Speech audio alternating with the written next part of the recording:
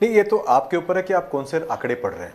मैं आपसे दो आंकड़ों की जानकारी, आपने सभी आंकड़े बताए, काफी अच्छा है। दो आंकड़े भी अगर आपके रिसर्च टीम ने बता दिए तो बड़ा अच्छा होता है कि 2014 में कितने लोगों ने इनकम टैक्स भरा था और आज कितने लोगों ने इनकम टैक्स भरा है।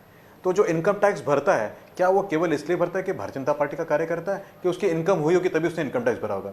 ये जो 1.5-2 करोड़ लोगों ने इनकम टैक्स और भरा है, जो 70% इजाफा हुआ इनकम टैक्स भरने वाले में, वो कौन लोग हैं? इनकी अगर आमदनी नहीं होती, अगर इनको अगर समझो आय नहीं होती, इनकम टैक्स क्यों भरते हैं?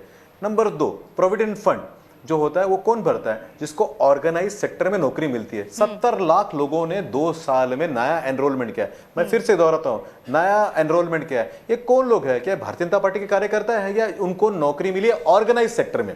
मैं ऑर्गेनाइज सेक्टर यानी कॉर्पोरेट में मिली है। मैं आपको कुछ नाम बताता हूं, BigBasket, Flipkart, Myntra, Amazon, Ola, Uber, UrbanClap, इन कंपनी को तो छोड़ दीजिए, लेकिन अगर आप जाओ कि मोबाइल बनाने की कंपनी है, हमारे जो आंकड़े हैं, जो हमारे पास आंकड़े हैं, वो तो ये बता रहे हैं कि जब ग्रेड 4 की नौकरियों के लिए एप्लीकेशन मांगे जा रहे हैं रेलवे में, तो 2-2, 3-3 लाख लोग ऐसे एप्लीकेशन भर रहे हैं जो कि योग्यता से बहुत ज़्यादा हैं। वो इंजीनियर हैं, वो बिजनेस एडमिनिस्ट्रेशन में योग्यता हासिल किए हुए हैं, मगर वो रेलवे की 4th ग्रेड की नौकरी के लिए अप्लाई कर रहे हैं। क्या आप इसे रोजगार मानते हैं? अगर आप केवल इसी आधार पर कि लोग इनकम टैक्स भर रहे हैं, इनकम टैक्स हो सकता है पहले लोग उसके दायरे में नहीं थे या नहीं भरना चाहते थे, अब भरने लगे, इसके आधार पर आप ये कैसे कह सकते हैं कि रोजगार के आंकड़े बढ़ रहे हैं और लोगों को रोजगार मिल रहे हैं? ये कैसे कहा जा सकता है?